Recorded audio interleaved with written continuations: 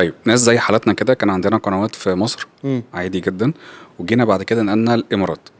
هل في طريقه ان انا اقدر اغير اللوكيشن بتاعي عشان انا اعرف الناس ان انا اوريدي بقيت لوكيتد في الامارات؟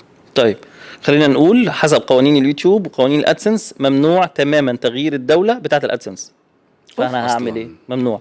خلاص عملت الادسنس من مصر، خلاص يبقى انت في مصر. ما ينفعش انك انت تبقى في دوله تانية روح اعمل ادسنس من الامارات. عشان كده بقول لك لازم يبقى لك عنوان تاني في الامارات يتبعت لك عليه البين كود. خلاص انا بقيت في الامارات، بروح اكريت ادسنس جديد بعنوان اماراتي عشان يتحول لي عليه البين لو كود. حد دلوقتي عنده 400 500 الف سبسكرايب متابع، تمام، وخلاص كده ما يقدرش يبدا من جديد في قناه جديده؟ لا هيعمل ادسنس ويربطه بقى بيها تاني عادي. عادي جدا. مفيش مشكله، بس ادسنس اماراتي.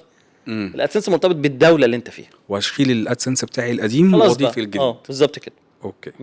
بس مش بغير. لا ممنوع تغيير الدوله، بشيله خالص. بتخليه على جنب وتعملي واحد تاني في الدوله التانيه. طيب فانت لو من البدايه عايز تبدا وفي دماغك الموضوع، اعمل من البدايه، يكون حاول شوف اي حد بالزبط. في الخليج يقدر يعمل لك الادسنس عشان ما تغيرش بعد كده. مظبوط كده. لان برضه ممكن ما تضمنش قدام القوانين، حتى ممكن تتغير او يحصل اي حاجه، فخليها من البدايه بالظبط. تشوف حد في الامارات وعنوانه ثابت في الامارات عشان يبعت له الكود عليه. بالظبط كده. هو الكود بيجي ازاي يعني؟ بيجي بالبريد اصلا للاسف.